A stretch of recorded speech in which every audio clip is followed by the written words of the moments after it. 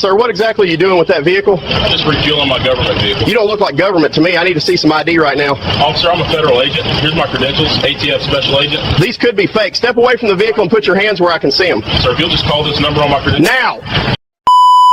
Officer Raymond Whitaker had 27 years of police experience and 11 excessive force complaints when he made the worst decision of his career on a Tuesday afternoon at the Chevron station on 4275 Parkway Drive in Birmingham, Alabama.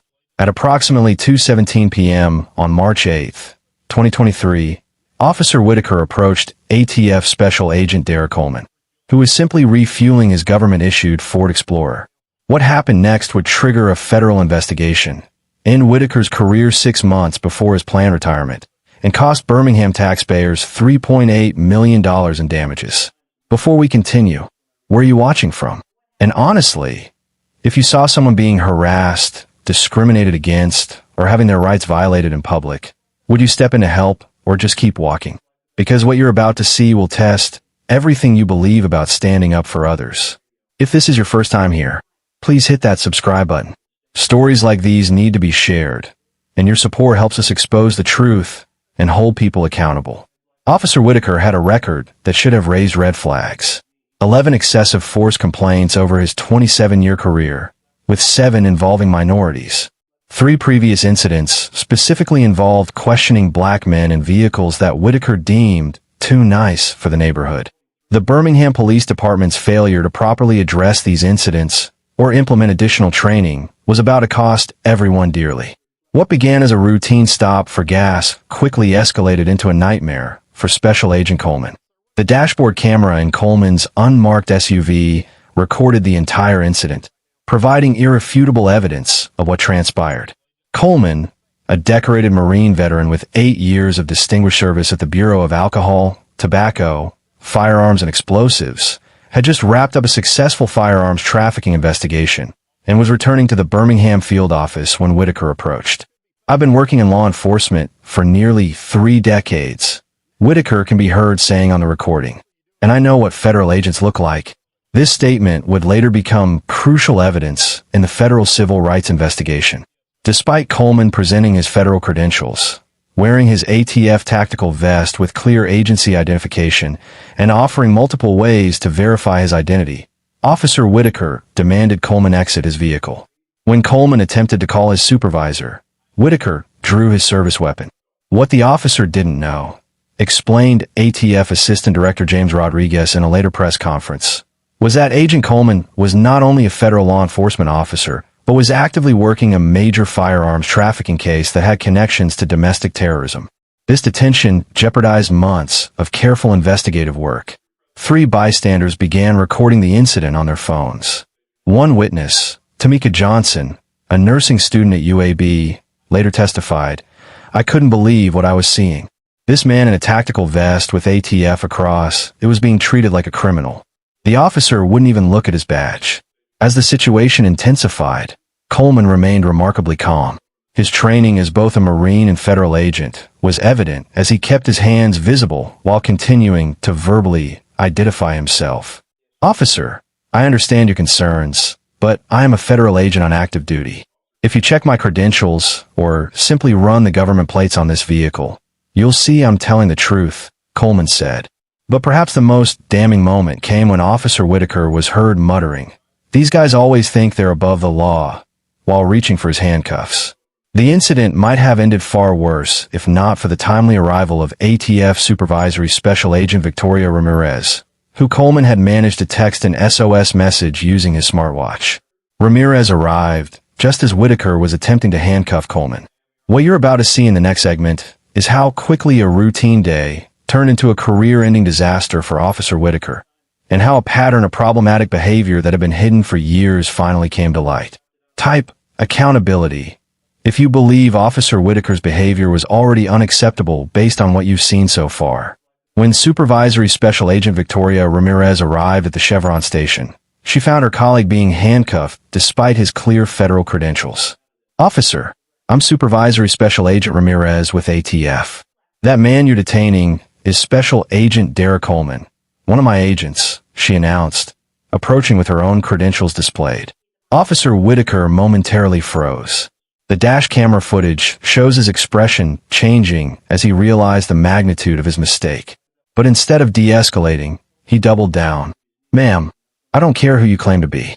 This is my jurisdiction, and I'm conducting an investigation," Whitaker responded, still holding Coleman's arm.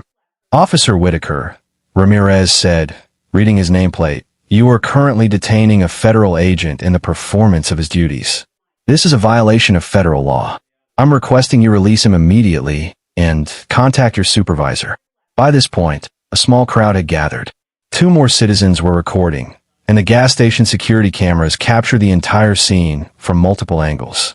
What these recordings revealed would later become crucial evidence in both the federal investigation and the civil lawsuit. Coleman's personnel file, which would later be submitted as evidence in the federal case, painted a picture very different from what Officer Whitaker had assumed. Coleman had graduated at the top of his class at the Federal Law Enforcement Training Center. Before joining ATF, he had served 2 tours in Afghanistan as a Marine, earning a Purple Heart and Bronze Star for valor. At ATF, he had been instrumental in breaking up 3 major firearms trafficking rings and had recently been selected for an elite multi-agency task force targeting domestic terrorism.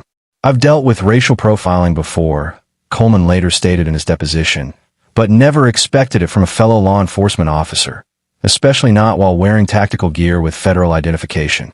What Officer Whitaker couldn't have known was that Coleman was carrying his service weapon and a backup weapon, both properly secured in holsters under his tactical vest. Had the situation escalated further, it could have resulted in a tragic armed confrontation between law enforcement officers. The Birmingham Police Department's dashcam footage shows Sergeant Philip Martinez arriving at 2:32 p.m., responding to Ramirez's demand for a supervisor. The audio recording captures his immediate recognition of the severity of the situation. "Ray, release him now," Sergeant Martinez ordered as he approached.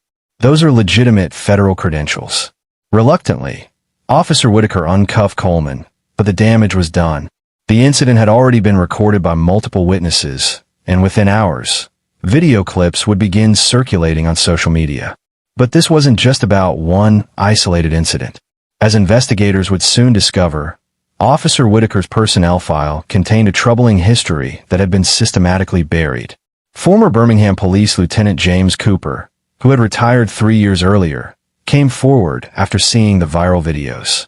Whitaker had a pattern of targeting minorities, especially black men in nice vehicles or professional attire. "We received multiple complaints, but they were always dismissed as misunderstandings or proper procedure. I tried to address it before I retired, but the command staff wouldn't listen." Internal affairs documents, later subpoenaed by federal investigators, revealed that 3 previous complaints against Whitaker had been filed by black federal employees, an FBI analyst, a U.S. postal inspector, and a Department of Defense contractor. All 3 incidents involved Whitaker questioning their presence in certain neighborhoods or their ownership of their vehicles. In each case, the complaints were marked unfounded after minimal investigation. Dr. Elaine Washington, a professor of criminal justice at Birmingham State University, who later testified as an expert witness, explained, "What we see in Officer Whitaker's case is a textbook example of how problematic behavior can persist when accountability systems fail. Each incident, treated in isolation, might seem minor enough to dismiss, but together they form a clear pattern that should have triggered intervention years ago." As news of the incident spread through law enforcement channels, the ATF's Office of Professional Responsibility immediately opened an investigation.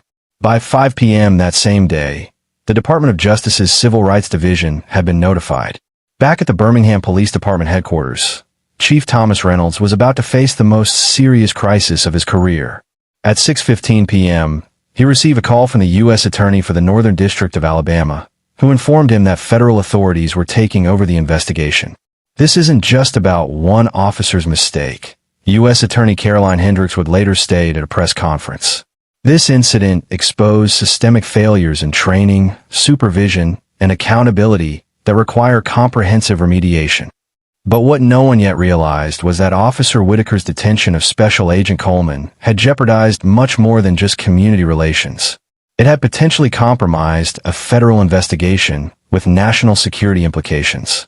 3 days after the incident, as internal investigations were just beginning, the story took a dramatic turn that no one saw coming. At a closed-door meeting between Birmingham city officials, police leadership, and federal authorities, ATF Executive Assistant Director Marcus Washington revealed information that changed everything. Special Agent Coleman wasn't just any ATF agent, Washington explained.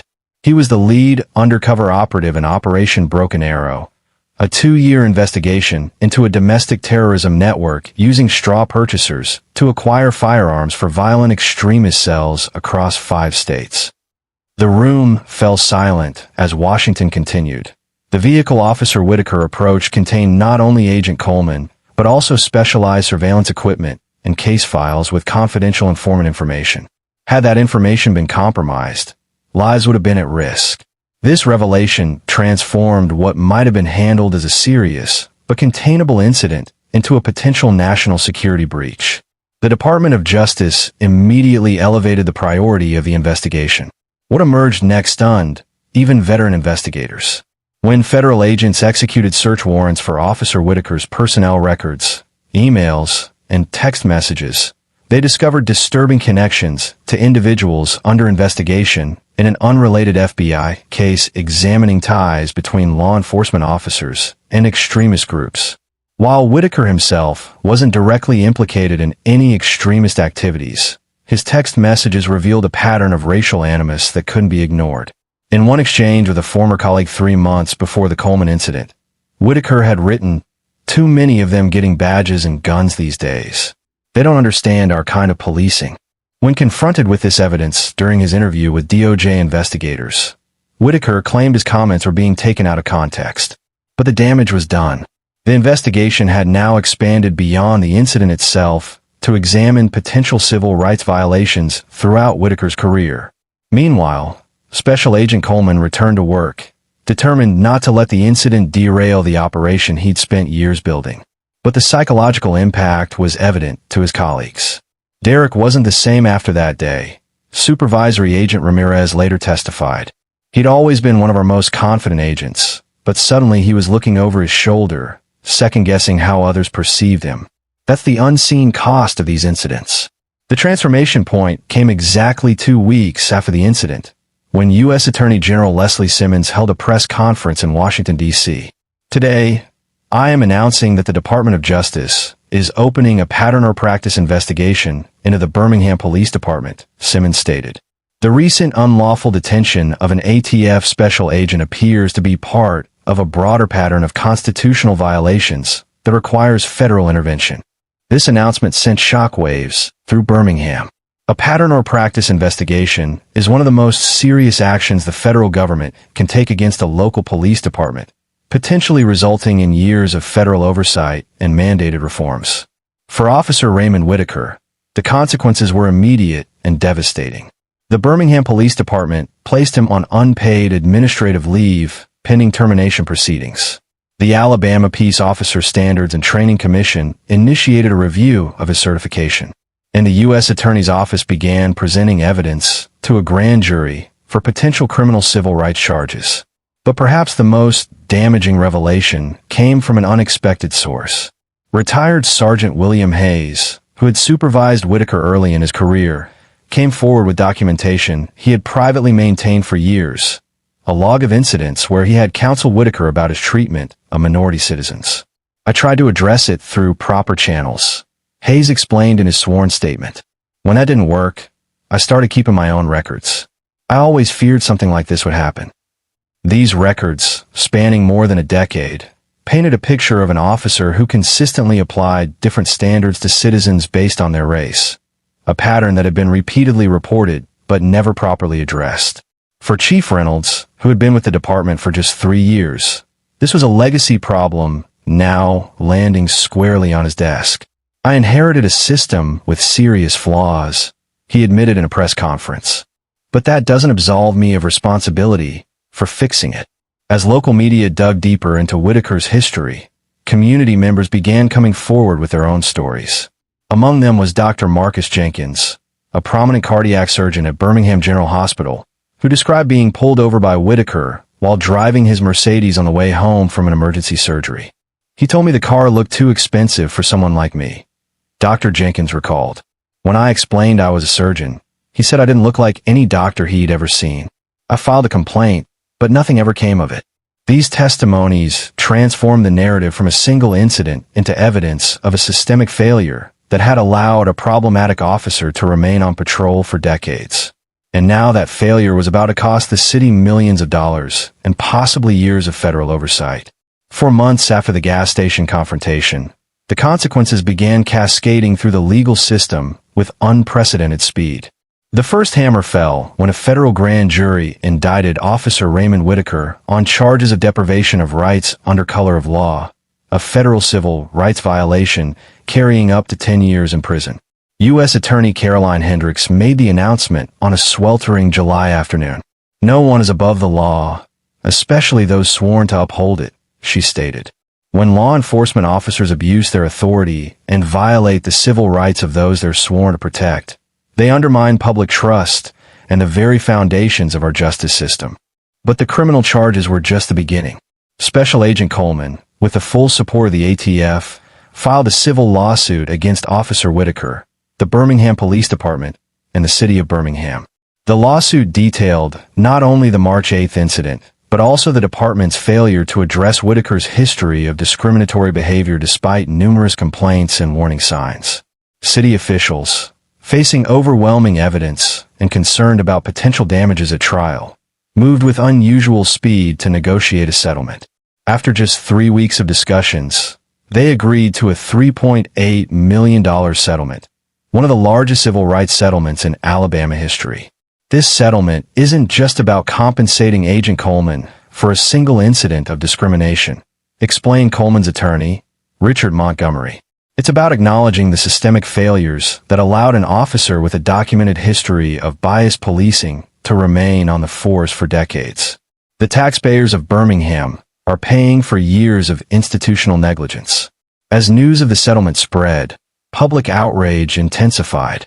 At an emergency meeting of the city council, more than 200 residents packed the chamber, with dozens sharing their own experiences with Officer Whitaker and the department. "We've been telling you about these problems for years," said community activist Shanice Williams. "How many millions of dollars need to be paid out before you start listening?" The settlement agreement included more than just monetary damages. It required the Birmingham Police Department to implement comprehensive reforms, including mandatory bias training, a complete overhaul of the citizen complaint process, and the creation of an independent review board with actual disciplinary authority. Meanwhile, the Department of Justice's pattern or practice investigation was uncovering troubling evidence beyond Whitaker's individual actions. Preliminary findings revealed that black motorists in Birmingham were 5 times more likely to be stopped and searched than white motorists, despite similar rates of contraband discovery. "This isn't just about one bad officer," explained DOJ Civil Rights Division Director Elena Rodriguez. "Our investigation is revealing systemic issues that have allowed discriminatory practices to persist for generations." For Officer Whitaker, the consequences were swift and absolute. On August 12, 2023, the Birmingham Police Department officially terminated his employment, just 6 months before he would have reached his 28-year retirement milestone, costing him a significant portion of his pension benefits. The Alabama Peace Officer Standards and Training Commission revoked his law enforcement certification, ensuring he could never work in law enforcement again in the state. The financial impact on Whitaker was devastating. Legal fees for his criminal defense quickly exceeded $150,000. His homeowner's insurance dropped him after learning of the federal civil rights charges. His wife filed for separation.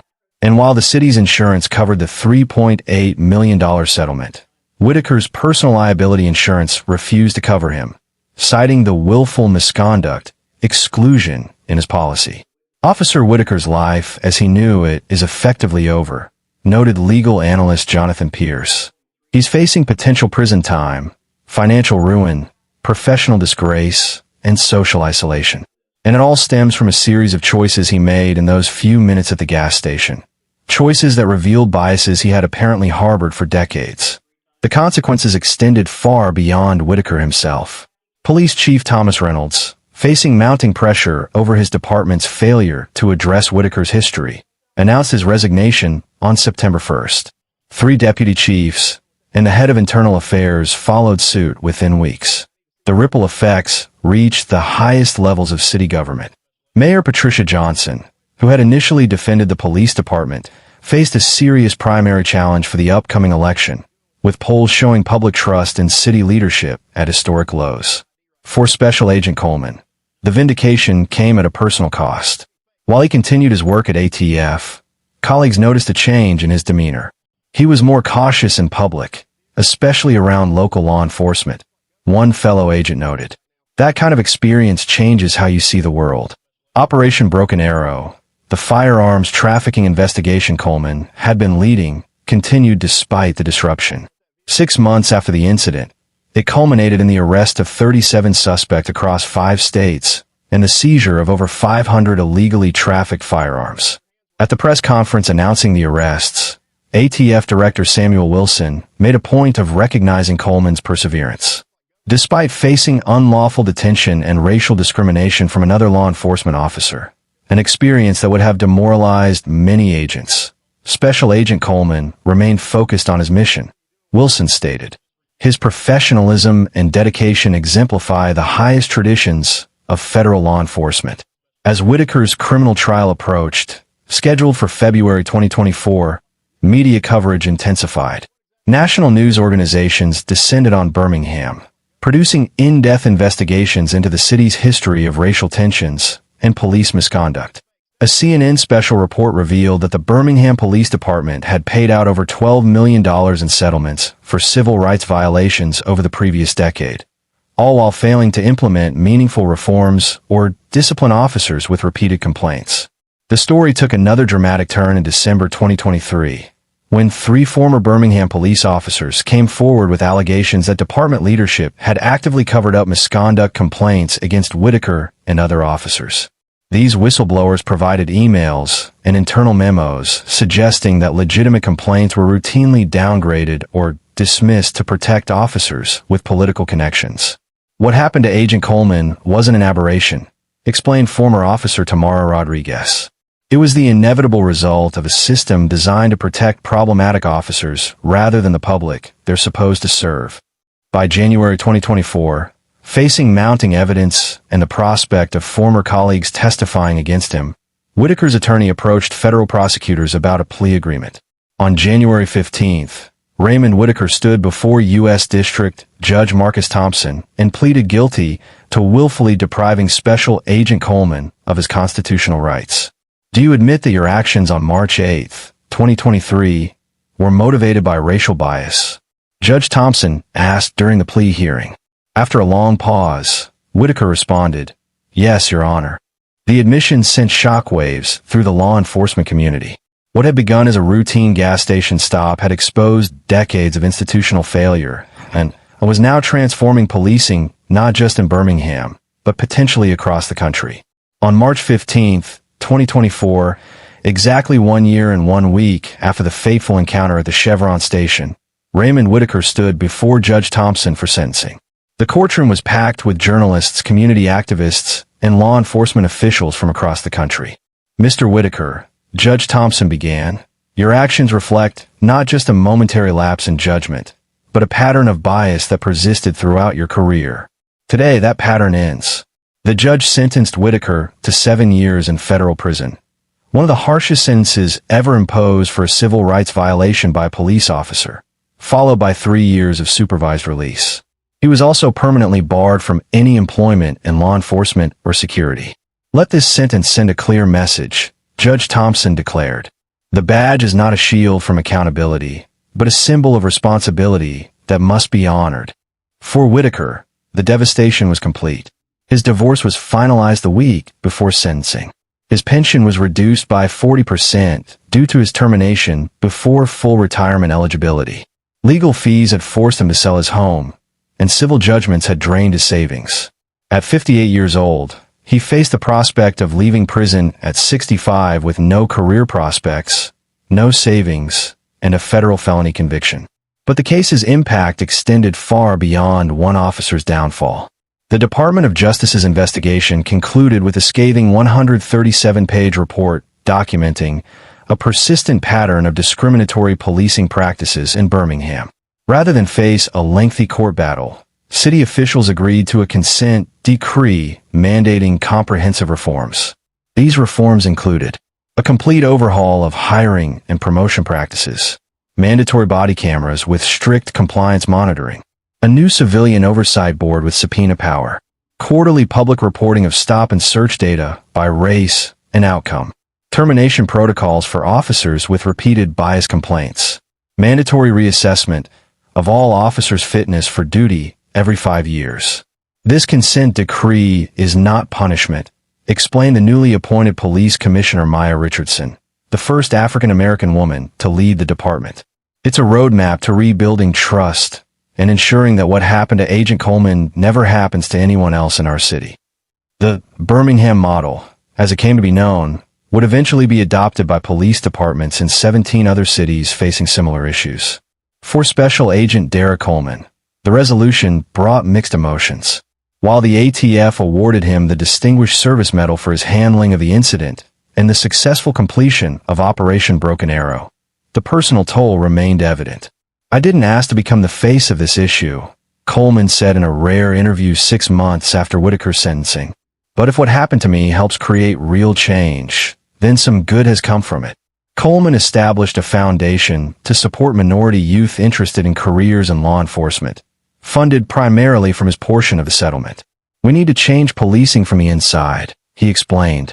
"That means ensuring the next generation of officers better reflects the communities they serve." The 3 whistleblowers who exposed the department's cover-up practices were reinstated with back pay and commendations.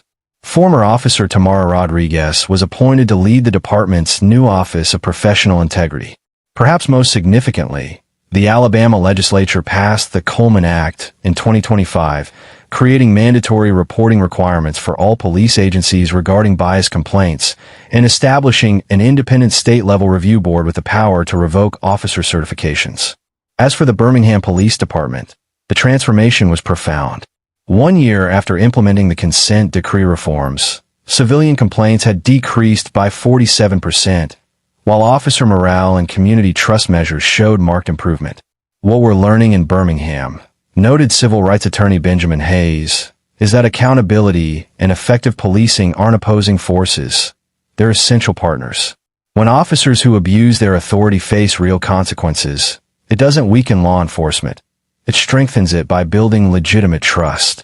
The gas station where it all began installed a small plaque commemorating the incident as a turning point in the journey toward justice. Local schools now include the case study in their civics curriculum.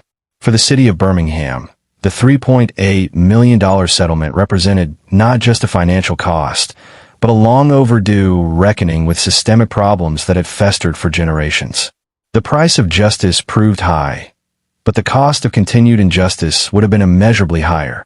As Raymond Whitaker began serving his sentence at the Federal Correctional Institution in Talladega, Alabama, his case became required study at police academies nationwide, a stark warning about the consequences when bias corrupts the badge. One officer's actions changed an entire system, observed Dr. Elaine Washington in her keynote address at the National Conference on Policing Reform. Not because they were uniquely terrible, but because they finally triggered the accountability mechanisms that should have functioned decades earlier. For Special Agent Coleman, life would never be quite the same. But as he told a group of ATF Academy graduates in his first public speaking engagement after the trial, "Our greatest strength as law enforcement officers isn't our authority, it's our integrity. When we lose sight of that, we become the very thing we swore to stand against." Thank you for watching until the end. Make sure you are subscribed for more stories where justice actually wins and accountability matters. How does this make you feel? Are you angry about what happened? Relieved that justice was served? Shocked by how far this went? What was the most unbelievable part of this story for you? Let me know in the comments below. Stories like this show why it's so important to record everything, know your rights, and never stay silent when you see injustice happening. Your voice matters, and together we can hold people accountable for their actions. If you've ever experienced something similar, the comments are a safe space to share. And remember, Always help others when you see them being treated unfairly. That small action could change everything.